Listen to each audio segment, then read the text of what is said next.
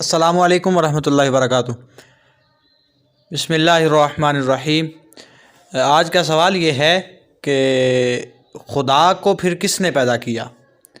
تو جہاں یہ مشکل سوال ہے وہاں یہ سوال بہت پیچیدہ بھی ہے،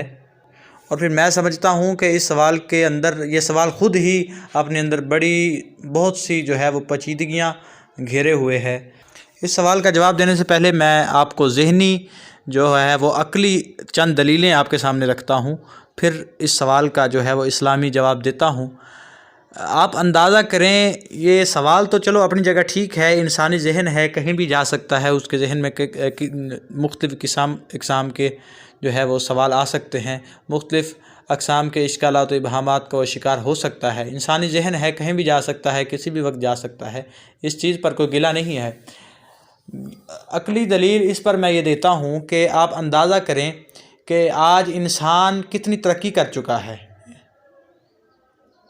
انسان تو بعد میں ہے، پہلے آپ دیکھیں کہ کیمیکل انڈسٹری میں کتنی ترقی ہو چکی ہے، بات کہاں سے کہاں پہنچ چکی ہے، پھر آپ الیکٹریکل پر آئیں، پھر آپ ٹیکنیکل پر آئیں، تو کتنی جو ہے وہ ترقی ہو چکی ہے۔ آپ دیکھیں کہ اب موبائل فون ہے یا کمپیوٹر ہے یا ہمارا انٹرنیٹ سسٹم ہے، آپ اندازہ کریں تو آپ کبھی کسی کو پوچھیں یا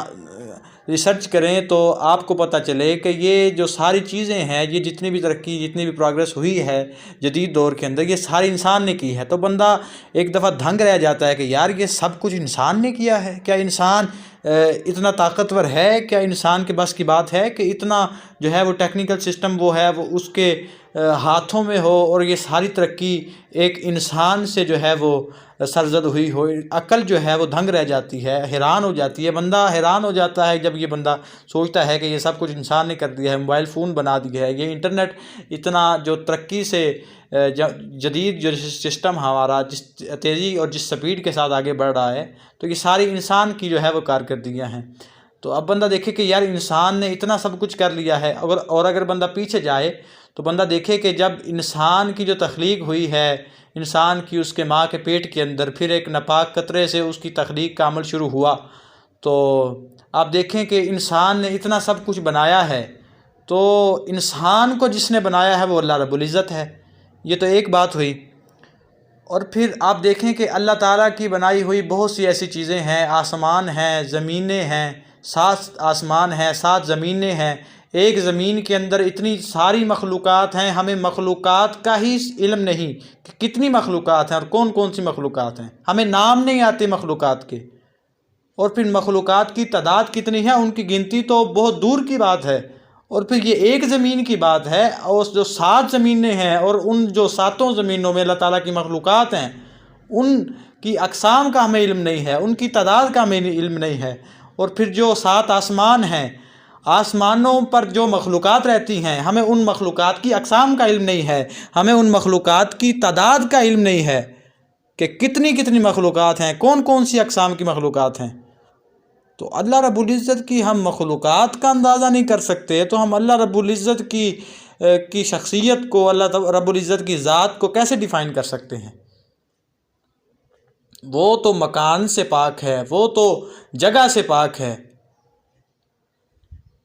اور وہ تو جسم و جسمانیت سے پاک ہے۔ آپ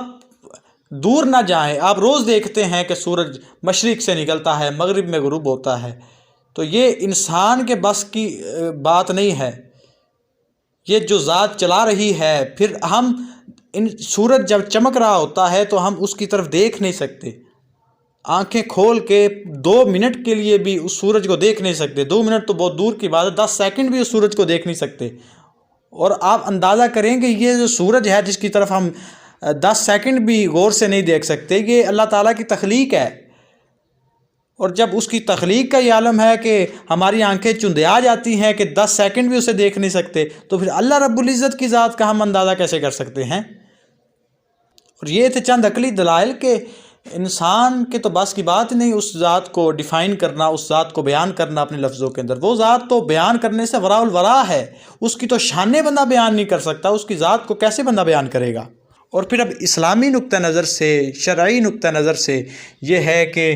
حدیث پاک میں آتا ہے کہ صحابہ کرام تشریف فرما تھے، سرکار کی مجلس لگی ہوئی تھی،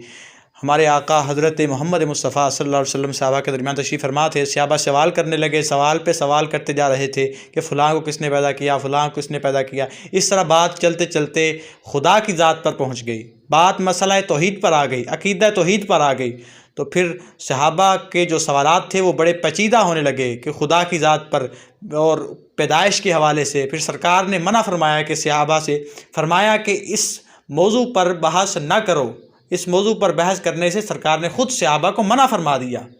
اور جہاں تک یہ بات ہے کہ اللہ تعالیٰ کو کس نے پیدا کیا، اللہ تعالیٰ کب سے ہے،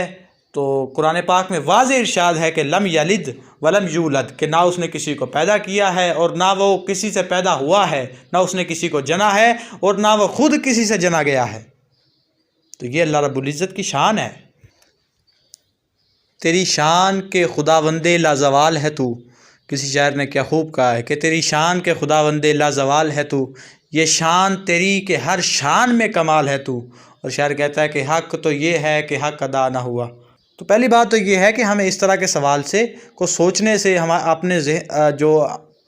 ہمارے ذہن ہیں، اپنے اذہان کو اس طرف لے کے جانے سے ہی روکنا چاہیے ممکنہ حد تک، اور چلا بھی جائے تو ان کا جو حل ہے وہ اللہ رب العزت کی شان بندہ بیان کرے، اس کی تعریف بیان کرے، اور اس کی جو تخلیقات ہیں، اس کی جو مخلوقات ہیں ان کی طرف دیکھے، اندازہ کرے، اور اللہ کی شان بندہ بیان کرتا جائے تو بندے کا ذہن اس طرف جاتا ہی نہیں ہے۔ وہ ایسی ذات ہے کہ جو ہمیشہ سے ہے اور ہمیشہ تک جو ہے وہ رہنے والی ہے۔ کچھ بھی نہ تھا تو وہ تھا، کچھ نہ ہوتا تو خدا ہوتا،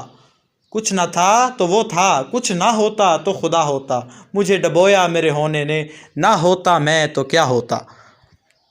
تو اللہ رب العزت ہمیں عمل کی توفیق عطا فرمائے۔ وما توفیقی الا باللہ۔ والسلام ورحمۃ اللہ۔